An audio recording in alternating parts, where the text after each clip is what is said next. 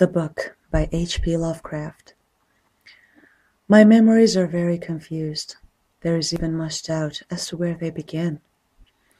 For at times I feel appalling vistas of years stretching behind me, while at other times it seems as if the present moment were an isolated point in a grey, formless infinity. I am not even certain how I am communicating this message. While I know I am speaking, I have a vague impression that some strange and perhaps terrible meditation will be needed to bear what I say to the points where I wish to be heard. My identity, too, is bewilderingly cloudy. I seem to have suffered a great shock, perhaps from some utterly monstrous outgrowth of my cycles of unique, incredible experience. These cycles of experience, of course, all stem from the worm-riddled book. I remember when I found it, in a dimly lighted place near the black, oily river where the mists always swirl. That place was very old, and the ceiling-high shelves full of rotting volumes reached back endlessly through windowless inner rooms and alcoves. There were, besides, great formless heaps of books on the floor and in crude bins. And it was in one of these heaps that I found the thing.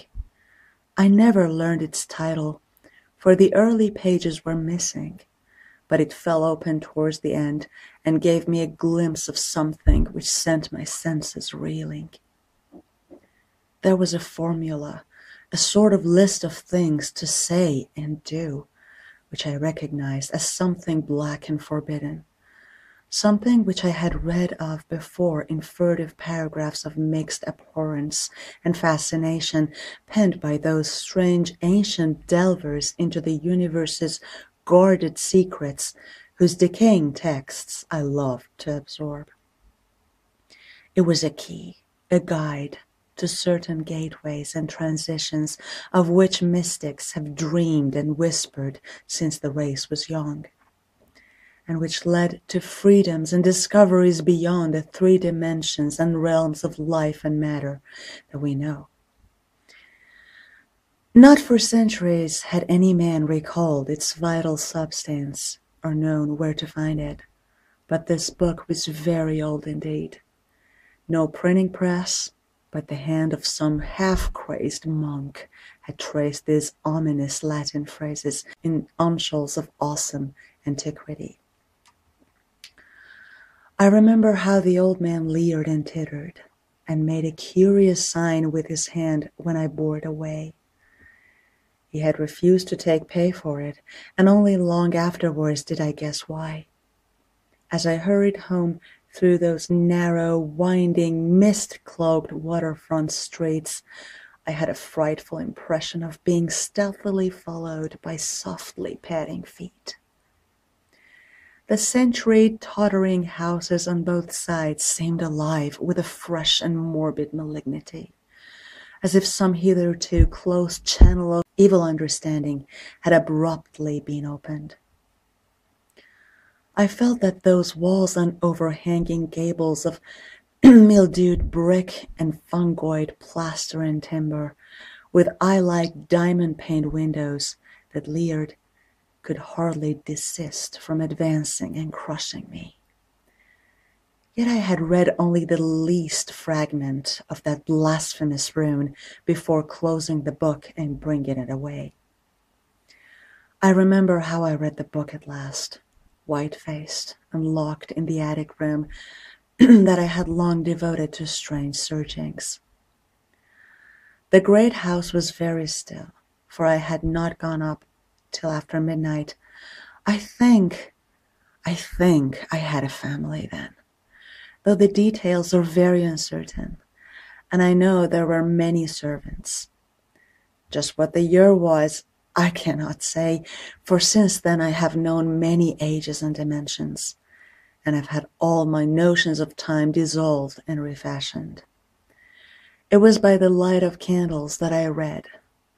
I recalled the relentless dripping of the wax, and there were chimes that came every now and then from distant belfries. I seemed to keep track of those chimes with a peculiar intentness, as if I feared to hear some very remote, intruding note among them. Then came the first scratching and fumbling at the dormer window that looked out high above the other roofs of the city. It came as I droned aloud the 9th verse of the primal lay, and I knew amidst my shudders what it meant. For he who passes the gateways always wins a shadow, and never again can he be alone. I had evoked, and the book was indeed all I had suspected. That night I passed the gateway to a vortex of twisted time and vision, and when morning found me in the attic room, I saw in the walls and shelves and fittings that which I had never seen before, nor could I ever after see the world as I had known it. Mixed with the present scene was always a little of the past and a little of the future, and every once familiar object loomed alien in the new perspective brought by my widened sight. From then on, I walked in a fantastic dream of unknown and half-known shapes, and with each new gateway crossed, the less plainly could I recognize the things of the narrow sphere to which I had so long been bound. What I saw about me, none else saw, and I grew doubly silent and aloof, lest I be thought mad. Dogs had a fear of me, for they felt the outside shadow, which never left my side. But still I read more in hidden, forgotten books and scrolls to which my new vision led me, and pushed through fresh gateways of space and being and life patterns toward the core of the unknown cosmos. I remember the night I made the 5 concentric circles of fire on the floor, and stood in the innermost one chanting that monstrous litany the messenger from Tartary had brought. The walls melted away, and I was swept by a black wind through gulfs of fathomless gray, with the needle-like pinnacles of unknown mountains miles below me. After a while there was utter blackness, and then the light of myriad stars forming strange alien constellations. Finally, I saw a green-litten plain far below me, and discerned on it the twisted towers of a city built in no fashion I had ever known, or read, or dreamed of. As I floated closer to that city, I saw a great square building of stone in an open space, and felt a hideous fear clutching at me. I screamed and struggled, and after a blankness, was again in my attic room, sprawled flat over the 5 phosphorescent circles on the floor. In that night's wandering, there was no more of a strangeness than in many a former night's wandering. But there was more of terror, because I knew I was closer to those outside gulfs and worlds than I had ever been before. Thereafter I was more cautious with my incantations, for I had no wish to be cut off from my body and from the earth in unknown abysses whence I could never return.